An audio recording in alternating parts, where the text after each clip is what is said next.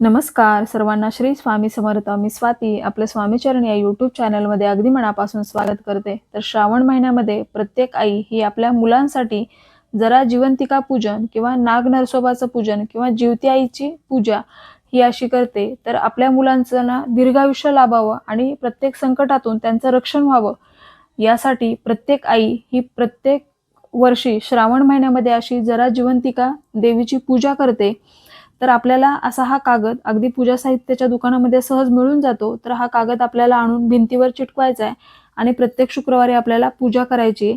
आता जर तुम्ही कुठे बाजूला ही पूजा मांडणी करणार असाल, तर तिथे आपल्याला गणपती बाप्पांची सुपारी स्वरूप स्थापना करायची आहे किंवा तुम्ही गणपती बाप्पांची सुद्धा स्थापना तिथे करू शकता. त्याआधी आपल्याला दिवा लावून घ्यायचा असतो. दिव्याला हळद, कुंकू, अक्षता व्हायच्या, पुष्प अर्पण करायचं, मनोभावे नमस्कार करायचा. नंतर इथे गणपती बाप्पांच्या सुपारीवर मी अभिषेक करून घेतलाय. पाण्याने अभिषेक करायचा. मग गणपती बाप्पांना अष्टगंध, हळद, कुंकू, अक्षता अर्पण करायच्या, पुष्प अर्पण करायचं आणि दुर्वा असेल, जास्वंदाचं फूल असेल तर ते आपल्याला अर्पण करून घ्यायचंय. आता ही पूजा आपल्याला पहिल्या शुक्रवारपासून मांडायची आहे. नंतर गणपती बाप्पांना आपल्याला गुळ खोबऱ्याचा नैवेद्य अर्पण करायचा, खाली भरीव चौकोन काढायचा आणि 3 वेळा वाटीभोवती आपल्याला पाणी फिरवायचंय. आता गणपती बाप्पांची स्थापना करून झाली. इथे मी कागद स्वच्छ पुसून लावलाय आणि त्याला वस्त्रमाळ अर्पण केली आहे. तर अशी वस्त्रमाळ आपल्याला अर्पण करायची आहे आणि या पूजेमध्ये दुर्वा आणि आघाडा याला खूप महत्त्व असतं. तर हे तुम्ही नक्की आणा, कारण याची माळ आपल्याला सुईचा वापर न करता पुढे मी व्हिडिओमध्ये दाखवणार आहे अशा पद्धतीने आपल्याला माळ बनवायची असते. आता इथे जे पुरुष देवता आहेत त्यांना अष्टगंध लावून घ्यायचा, स्त्री देवतांना हळद, कुंकू लावायचं, अक्षता अर्पण करायच्या. आणि हे करत असताना आपल्याला जो स्क्रीनवर मंत्र दिसतोय तो मंत्र म्हणायचा आहे.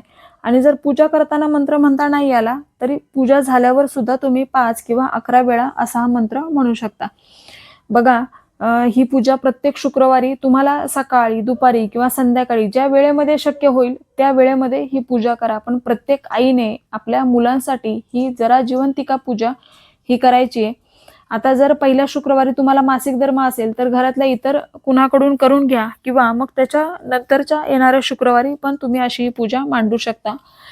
आणि या पूजेला पूर्णत्व तेव्हाच येतं जेव्हा आपण जिवती आईची आरती करतो आणि मग आपल्याला कथा वाचायची असते. तर आरती ही मी या व्हिडिओच्या डिस्क्रिप्शनमध्ये देईल, तर ती तुम्ही आरती नक्की करा. आता पूजेसाठी अगदी छोटंसं सामान लागतं, म्हणजे फुलं, दुर्वा, आघाडा या पद्धतीने. आता आपल्याला इथे दोरा घ्यायचा आहे आणि सुईचा वापर न करता आपल्याला आघाड्याची माळ बनवायची असते. तर दुर्वा घेताना त्यात 3 काडीची 1 दुर्वा अशा पद्धतीने तुम्ही कितीही दुर्वा घेऊ शकता आणि मग त्याची आपल्याला माळ बनवायची असते.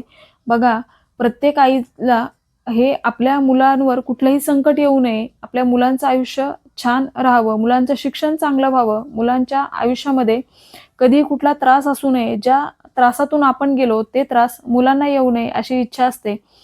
तर त्यासाठीच प्रत्येक आईने अशी ही जरा जिवंतिका देवीची पूजा करायची असते. श्रावण महिना हा अत्यंत पवित्र महिना मानला जातो. या महिन्यामध्ये व्रतवैकल्य हे खूप जास्त प्रमाणात केले जातात आणि सणांचा राजा म्हणून सुद्धा या महिन्याला संबोधलं जातं.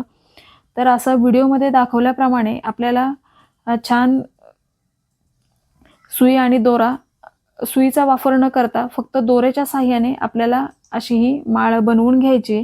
आणि तुमच्याकडे फुलं असतील तर मध्ये मध्ये आपल्याला ती फुलं सुद्धा या माळेमध्ये लावायचे. पण दुर्वा आणि आघाडा या दिवशी तुम्हाला अगदी सहज मिळून जातील आणि या दुर्वा आघाडाचं खूप महत्त्व असतं, तर ते माळेमध्ये नक्कीच असावं. आता या दिवशी आपल्याला देवीला ज्वारीच्या लाह्या, फुटाणे, दूध, साखर याचा नैवेद्य दाखवायचा असतो. काही ठिकाणी पुरणपोळी केली जाते किंवा इतर काही गोडाचा पदार्थाचा नैवेद्य सुद्धा तुम्ही दाखवू शकता. पण ज्वारीच्या लाह्या आणि फुटाणे या दिवशी नैवेद्यामध्ये आवर्जून असावेत.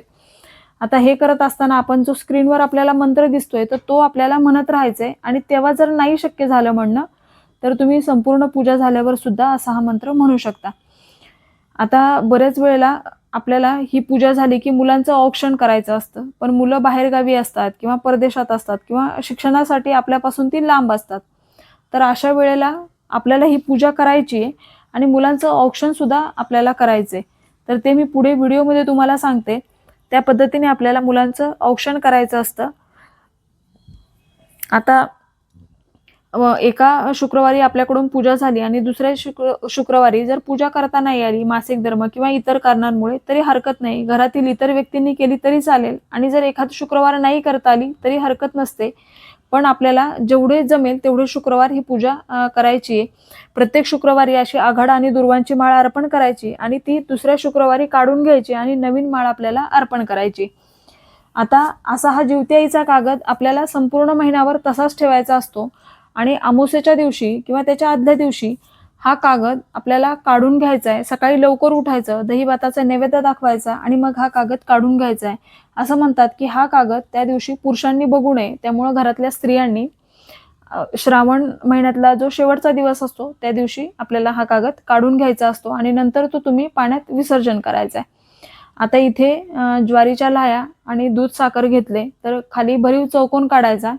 मग नैवेद्याची वाटी तिथे ठेवायची आणि वाटीभोवती आपल्याला 3 वेळा पाणी फिरवायचंय, गायत्री मंत्र म्हणायचा आणि नैवेद्यम समर्पयामी नैवेद्यम समर्पयामी असं आपल्याला 3 वेळा म्हणायचंय. तर अशी अगदी साध्या सोप्या पद्धतीने आपल्याला देवीची पूजा करायची असते. आता इथे जो आपण दिवा लावला त्याच दिव्याने आपल्याला देवीची आरती करायची आहे आणि याच दिव्याने आपल्याला आपल्या मुलांचं औक्षण करायचं असतं. आता मुलांचं औक्षण हे प्रत्येक शुक्रवारी आपण करायचं. आता काही कारणास्तव तुमची मुलं जर लांब असतील तर आपण आपल्या चारही दिशेंना औक्षण करायचं आणि थोड्या थोड्या अक्षदा या चारही दिशेला टाकायच्या आणि जिवत्याईला प्रार्थना करायची की माझ्या मुलाच्या आयुष्यामध्ये कुठलंही संकट येऊ देऊ नको, त्यांचं प्रत्येक संकटापासून रक्षण कर, अशी प्रार्थना करायची. आता हे प्रत्येक शुक्रवारी करायचं. प्रत्येक शुक्रवारी आपली मुलं जर जवळ असतील तर त्यांचं औक्षण करायचं आणि लांब असेल तर मग असं चारही दिशांना औक्षण करून थोड्या थोड्या अक्षदा या चारही दिशेला आपल्याला टाकायच्या असतात.